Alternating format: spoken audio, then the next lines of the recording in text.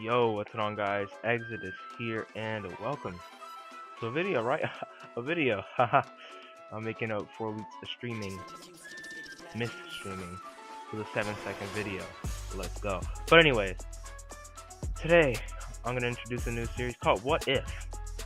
That's the big question. What if? What if a Pokemon from the Uber tier right here were in the OU tier right here? Now, obviously, Pokemon that are in Uber are clearly banned. If your Pokemon in Uber, you are banned from OU for a very good reason. But we're gonna try and make up a meta game. And by the way, a lot of these bans come from previous metas, and they've just assumed, okay, this thing is still gonna be broken. This Lucario is still gonna be broken thanks to getting auto speed. It's even more broken than the last generation, so it's definitely gonna still be broken. But I'm just gonna cover what movesets the Pokemon run, what checks it would have, what it would beat, and how it would be broken, and how it would be over centralizing in the metagame. So the first Pokemon that we're gonna be going over is Reshiram, as you could already tell from the thumbnail, from the title, probably from the description, probably from the tags. If you're looking at tags, I don't know why you're looking at the tags of the video. I'll probably put it something, an Easter egg in the tags for people. Thumbs up to you. But this right here is just going to be a quick quote-unquote guide. It's not necessarily a guide, it's more so theory mining on my end, thinking about what would happen if this Pokemon was actually in this tier. But without further ado, let's just talk about Reshiram. So Reshiram, first off, this is the first set choice specs right here. We'll get to that in a moment. Let's turn that off. Let's go back. No movesets. Let's just talk about Reshiram. What makes Reshiram broken? Firstly, you can see the biggest stat there, 150. In fact, let's open up Reshiram right here.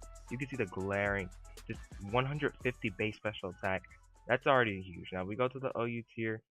We just go to OU. We check special attack.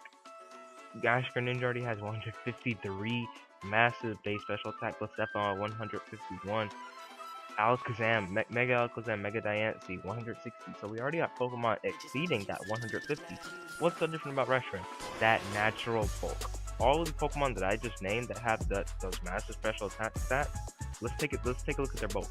Greninja, 72, 67, 71, really frail. Blacephalon, 53, 53, 79, really frail. Mega Alakazam, 55, 65, 105. 105 is bulky on the special defensive side, but that special defense cuts it down. And then Mega Diancie with 50, 110, 110. Relatively frail thanks to that 50 HP. Reshiram, on the other hand, 100, 100, 120. Complementing that decent attack stat and that high special attack. Its one degrading point is that speed, 90 speed. If we look at Pokemon of the OU tier, if we look at the speed stats, right here we see Pokemon 150, 135, 110, 109, 108, 105. So it's getting outsped by a lot. It's getting outsped by everything that is up. What movesets will it be running? Let's find out.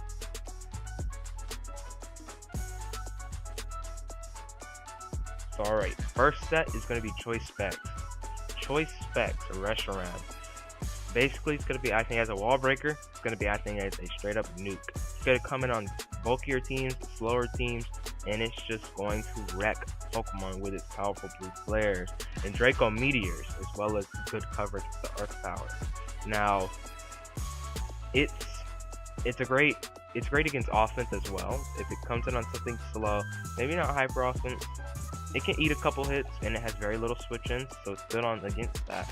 But if you're up against the Pokemon such as the Tyranitar, it becomes relatively hard for it to come in safely, because you're not OHKOing, and it just goes for Stone Edge and just knocks you out. So it's great against Pokemon that are slower than it.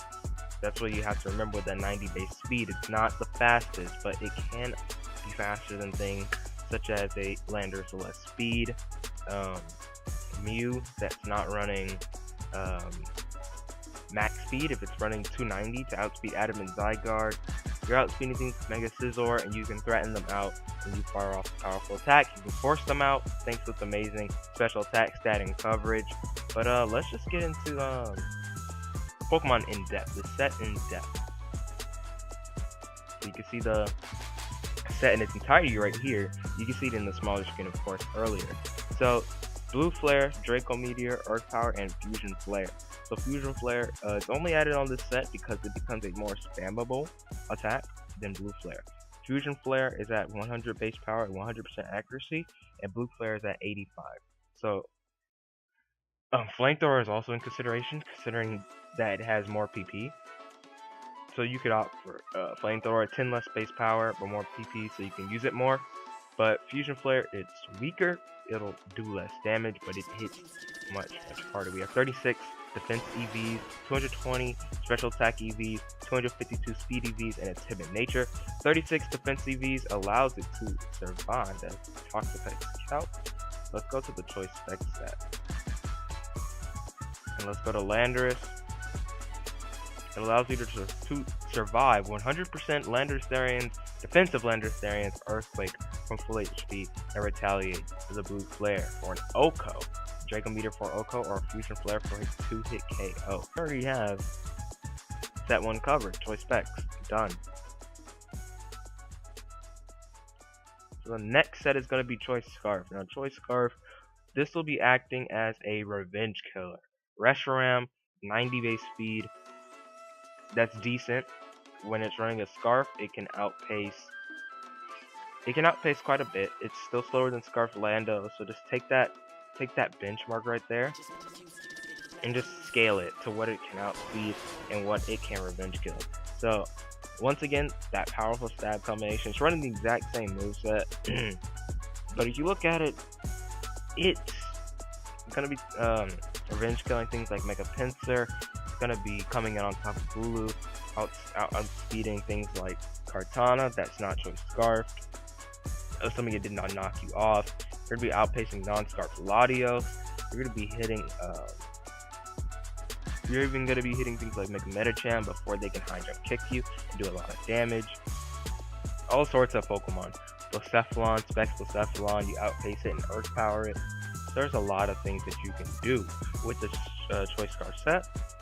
And even despite the lack of choice specs, it still hits really hard with Blue Flare and Draco Meteor. Still keeps that bulk intact. It still has the same Toxic effects. If it's running Toxic, can pretty much beat the Scarf set. So that's pretty much Scarf Reshiram. Again, Revenge Killer is the keyword. It's not a wall breaker such as the choice spec set would be. So yeah, there goes the set right there. Next up, set 3, Roost 3 attacks. So this set right here is, I'm pretty sure this is kind of what it runs in Ubers, except it runs a Grassy MZ with Solar Beam instead to lure in potentially a Primal Kyogre and just bulkier water types. But what it lures in here, it doesn't lure much because you can run Dragonium Z, but you can lure things with Groundinium Z, which is another option as illustrated on the layout. You can see the moves, the items, the EVs, abilities, etc. To the left, right here on the bottom screen, you can see the mouse moving. And this set right here, it takes chip damage. It may take chip damage from rocks.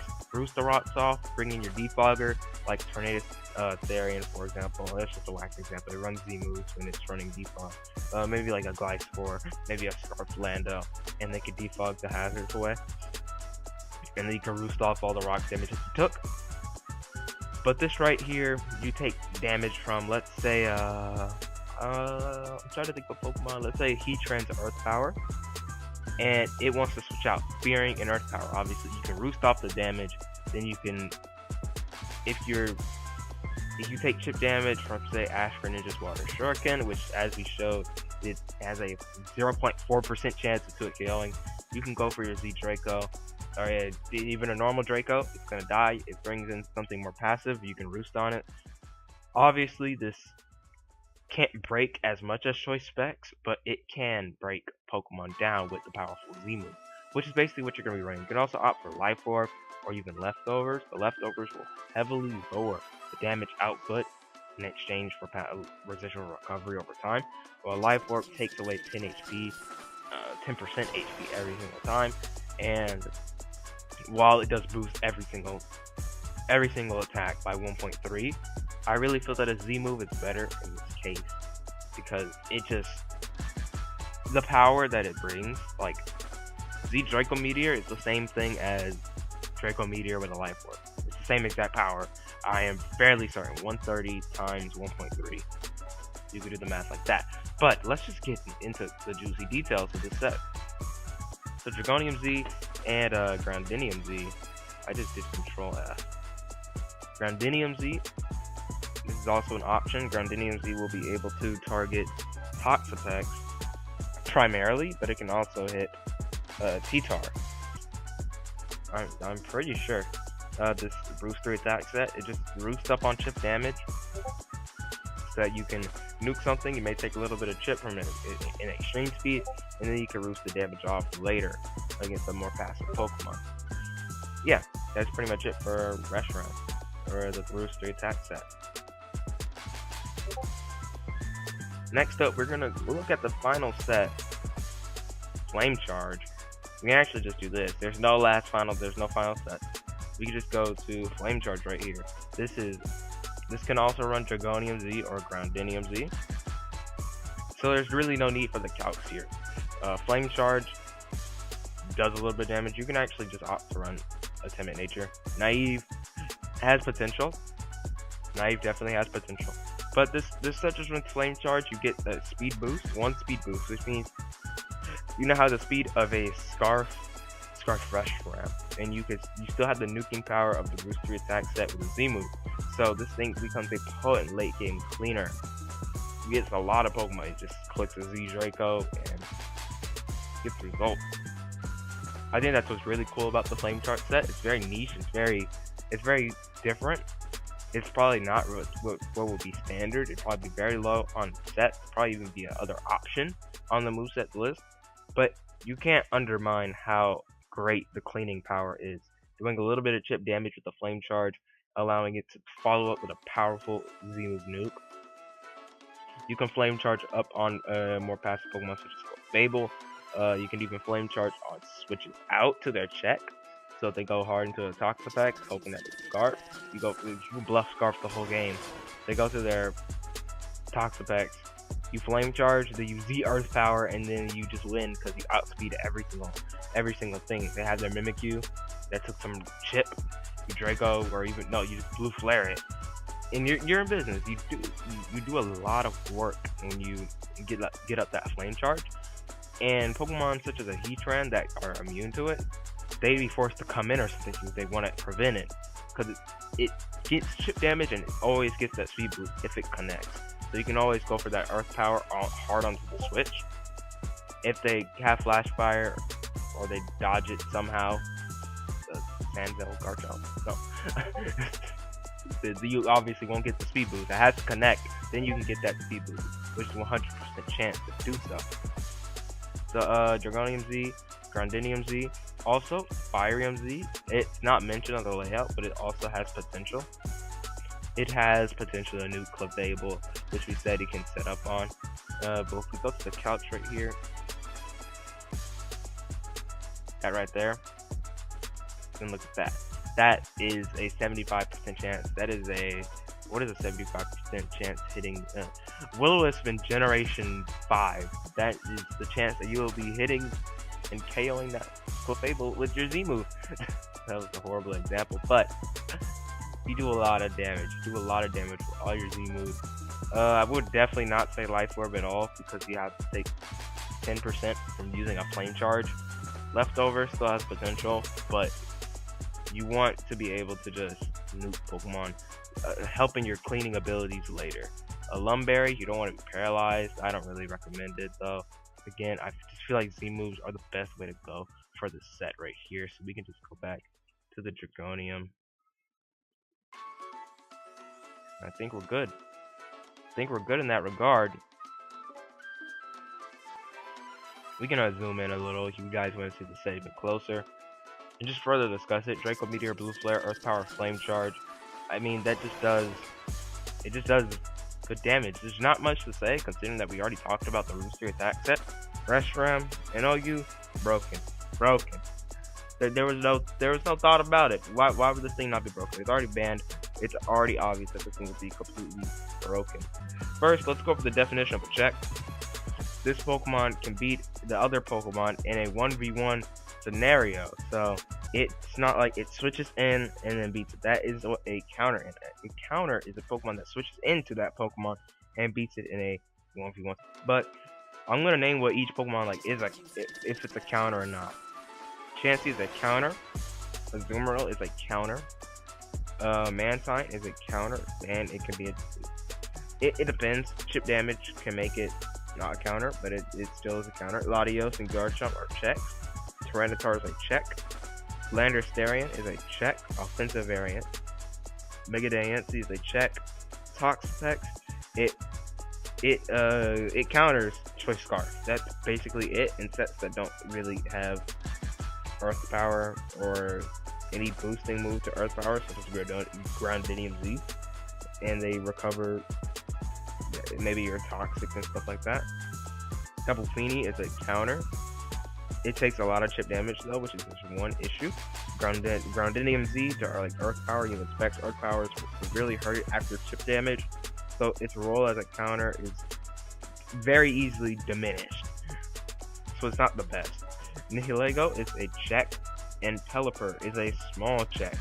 Pelipper, I kind of grouped that together with all sorts of rain Pokemon because it sets up the rain and then it just lets another Pokemon run wild, such as a Kingdra, Specs Ash Greninja, Mega Swampert, that now outspeeds Reshiram. So it's kind of grouped together with rain in general, but Pelipper is just a check. It's not switching into Specs Draco. Rather, it's probably taking your Scarf one and roasting the damage off. It negates all the damage from that Blue Flare or Fusion Flare thanks to its ability of Drizzle, bringing the rain, dropping that damage down. I mean, Nihilego's not really common though.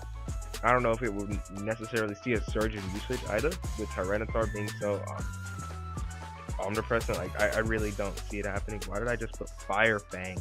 Hello. Okay, I've had quite a bit of fun with this. I really do hope you all enjoyed. I really do. What if Reshiram? If Reshiram was OU, it'd be broken. It'd be broken. Just imagine it. Imagine Uber Pokemon in OU.